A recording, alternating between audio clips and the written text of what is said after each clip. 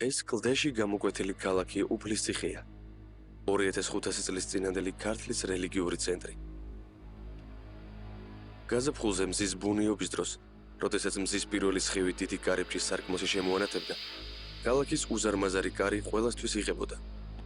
ხამენათევი მლოცველები ქვის კიბეებით კლდეებში გამოკვეთილი ტაძრებისაკენ დაიძრებოდნენ, რათა უძველეს მისტიურ რიტუალში მიეღოთ მონაწილეობა. ის მზის ქალაქი იყო, უფალიც რა თქმა უნდა მზე. აქ მხოლოდ რელიგიის მსახურები ცხოვრობდნენ. აქ ყველა ქურუმთა მსახური იყო.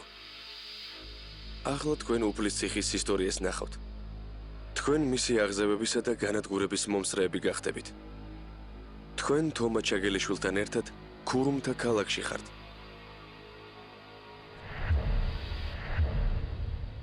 ქურუმთა ქალაქი.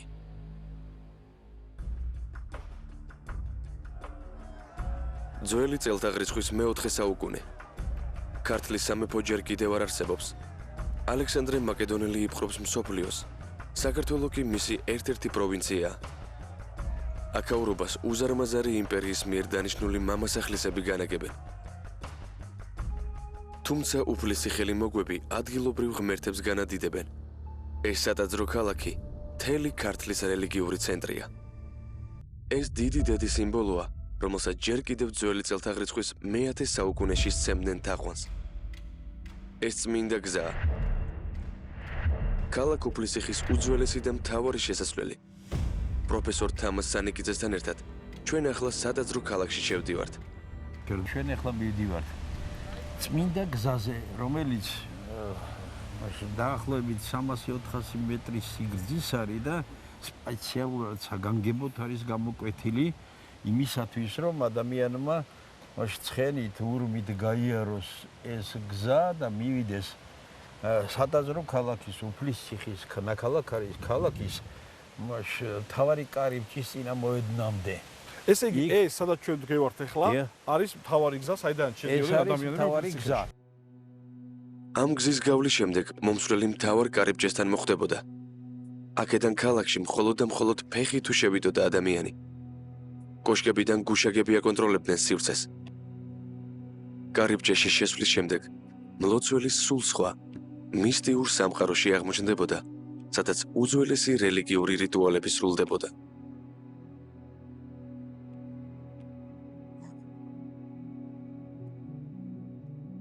ის იდუმალებით მოცული ქალაქი იყო, რომელსაც მკაცრი იერარქია ჰქონდა. ქალაქი იყოფოდა სამ უბნად. და ეს დღესაც ძალიან კარგად შეიმჩნევა. არის საგანგებო თხრილები, რომლითაც ეს უბნები ერთმანეთისაგან ითიშება. აი ეს გზა, რომელზედაც ჩვენ ახლა ავდივართ, ეს არის გზა, რომელიც სამხრეთის უბნიდან მიდის ცენტრალურ უბანში. და აქვს თავისი წყალსაწრეტიც. ეს წყალსაწრეტია, წვიმა რომ მოდის. წყალსაწრეტი ესა. ქალაქის სამხრეთ ნაწილში მონები ცხოვრობდნენ. ისინი ყველაზე მძიმე სამუშაოს ასრულებდნენ და ყველაზე ცუდად ცხოვრობდნენ. ისინი ამუშავებდნენ ტაძრის კუთვნილ მიწას. კვეთდნენ კლდეს. საღამოს კი თავიანთ პატარა ქოხებში ათევდნენ ღამეს. ეგ არის კონტური სახლის, აი აქ არის კონტური სახლის საძირკვლის, აი აქა. აი აქ პატარა რაღაც, აი დიდია, ესა ცოტა დიდია, იქითაც არის, იქითაც არის. მონებს უფლისციხის ცენტრალურ ნაწილში თავისუფლად შესვლაც კი არ შეეძლოთ. აი ეს თხრილი ყოფდა სამხრეთის უბანს თავარ სადაძრო უბნისაგან. თავარ უბანში შემსვლელები პირველ შესაწირს აი ამ ტაძარში ტოვებდნენ. შესაწირი სხვადასხვაგვარი იყო, ვისაც რა სურდა. ეს ქალაქის მთავარი ქუჩაა.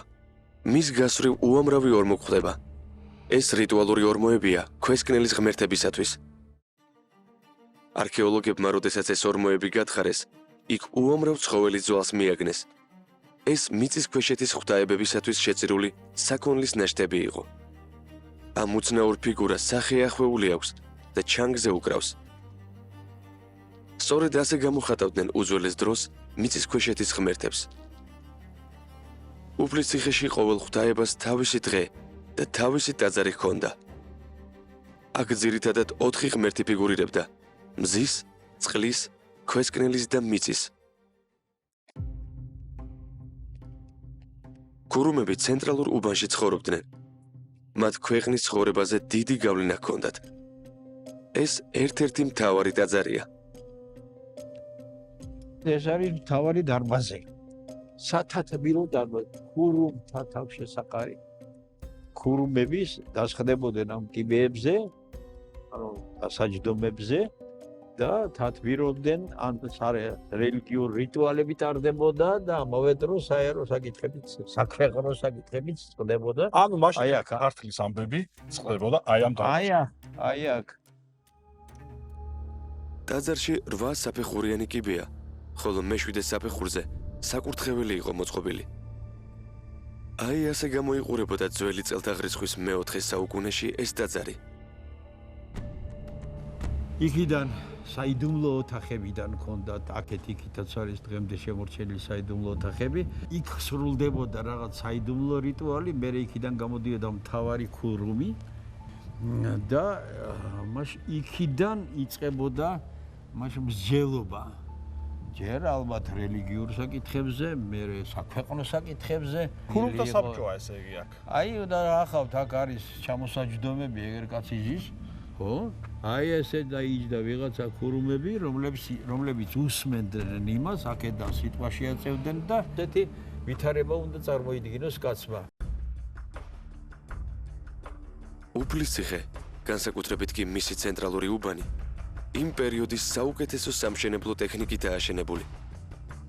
ტაძრები უნიკალური ოსტატობითაა კლდეებში გამოკვეთილი.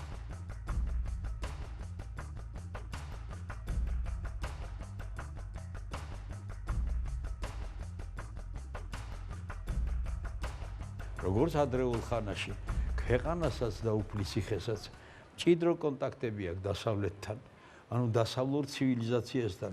ერთ დროს ხომ ბერძნულთან ჰქონდა ძალიან მჭიდრო კონტაქტები და ეს ვნახეთ ქანდაკების სახელთან და სხვა რაღაცეებიც აგვაქვს.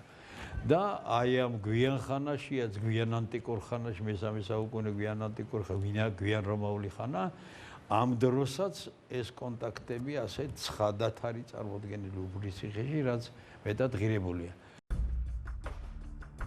ქალაქში თეატრალიზებული მისტერიები და სხვადასხვა ასპარეზობები იმართებოდა. ეს ცენტრალური მოედანია. მოედნის ფართობს ხევში აშენებული ტაძრებისა და საცხოვრებელი სახლების ბანი ზრდიდა. აქ სრულდებოდა მთავარი რიტუალი, რომლის ზუსტი აღწერა მეცნიერებმა ვერ შესძლეს.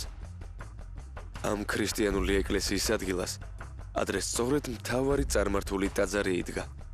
აი მთავარი ტაძრიდან გამოსულ ქურუმს შეეძლო გამოეცხადებინა ის, რაც საზოგადოებისათვის სასურველი იყო და მას მიაჩნდა, რომ საზოგადოებას უნდა სწოდლოდა. ერთით ეს ყველაფერი რა თქმა უნდა ფანტაზია, მაგრამ თავისთავად სტრუქტურა, როგორც ასეთი ხედავთ ჩვენ კარგად, არის გააზრებული. ცენტრალურ ნაწილს ჩრდილოეთიდან კიდევ ერთი უბანი ეკვროდა. აქ ქალაქისათვის შეწირული ადამიანები ცხოვრობდნენ. ხატისთვის შეწირულები, ტაძრის მოსამსახურე. შეწირულები, მოსამსახურები. არაფერის ფუნქცია არ ჰქონდათ, გარდა იმისა, რომ ტაძარს უმსახურებოდნენ. ტაძრების მოვლის გარდა, მოგვებს სარიტუალო პროცესების მომზადებასა და შესრულებაში ეხმარებოდნენ. ახლა უფლის ციხის ერთ დღეს აღვწერთ.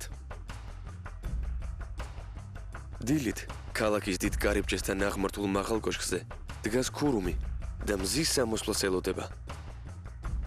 როგორც კი მზის პირველი სხივი გალავანში საგანგებოდ დატანებული სარკმლიდან საზვარაკე მოედანს დაეცემა, იგი სპეციალურ ლოცვას აღავლენს და ციურ მნათობებს მსხვერპლს შესწირავს.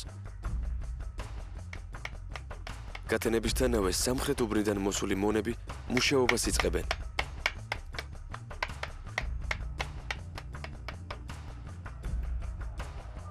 დღის განმავლობაში უამრავი ხალხი ამოდის ქალაქში. ისინი ცხენებსა და ურმებს ქალაქის მისადგომებთან ტოვებენ, რადგან აქ მხოლოდ ფეხით შეიძლება შესვლა.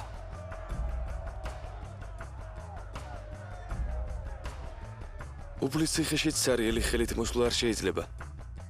მოსული ლოცულობს, მსხვერპლს წირავს ზეცის, მიწის, ქვესკნელის, წყლის ღვთაებებს.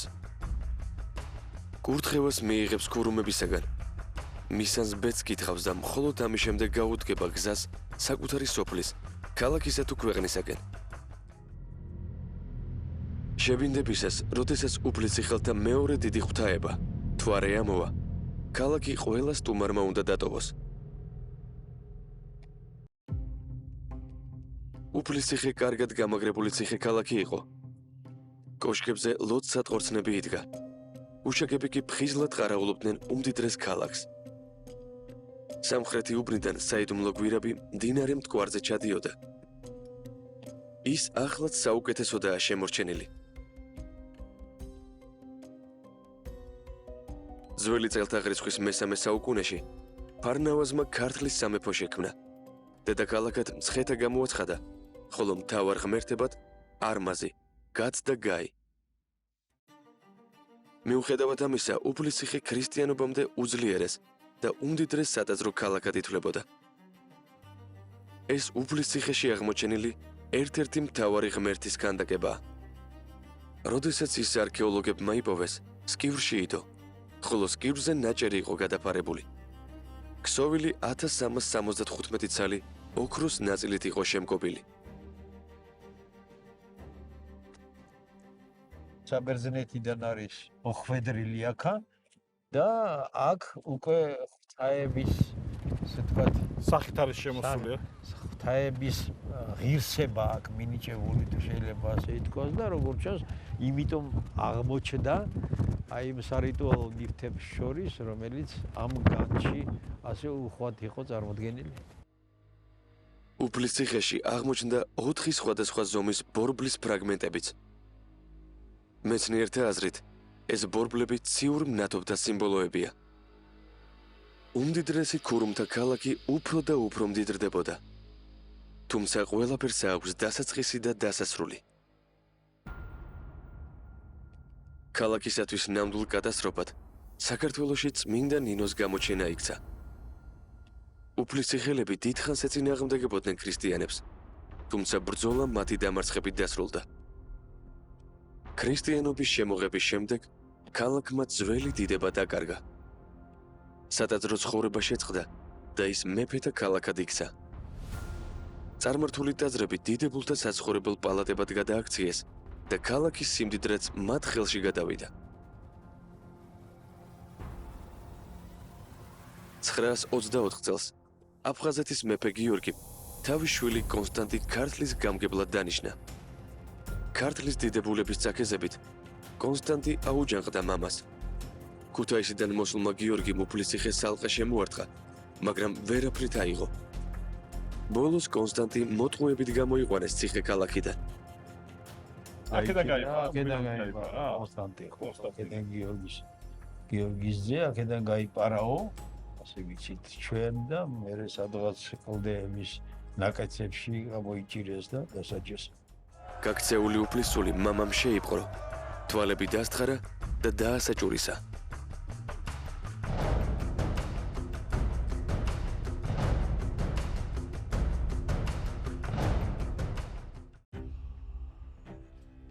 ბოლოს უფლის ციხე მონღოლების შემოსევის შემდეგ განადგურდა, მაგრამ უმნიშვნელო დასახლებულ პუნქტად მაინც რჩებოდა. თუმცა როგორც ჩანს, აქ ბოლომდე მაინც ვერ ამოძირკვეს წარმართული ცხოვრების წესი. მე-18 საუკუნის სწავლული ვახუშტი ბატონიშვილი წერს, რომ შეუვალ ქალაქ უფლის ციხეში ადამიანები ხშირად ხედავენ შუბოსან და მშვილდოსან მხედრებს, რომლებიც წარმართები არიან. აი აქ წყდება ცნობები კლდეში გამოკვეთილი ქალაქის უფლის ციხის შესახებ.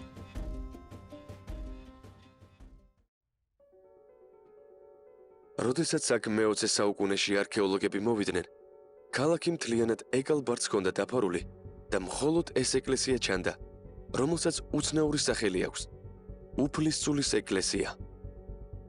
ეს ეკლესია წარმართულ რწმენაზე გამარჯვების ნიშნად გადმოხურებს უძველეს ქალაქს. თუმცა ის დღემდე მაინც ქურუმთა ქალაქად რჩება, რომელიც ქართველთა უძველესი რწმენის შესახებ კიდევ უამრავ ცნობას ინახავს.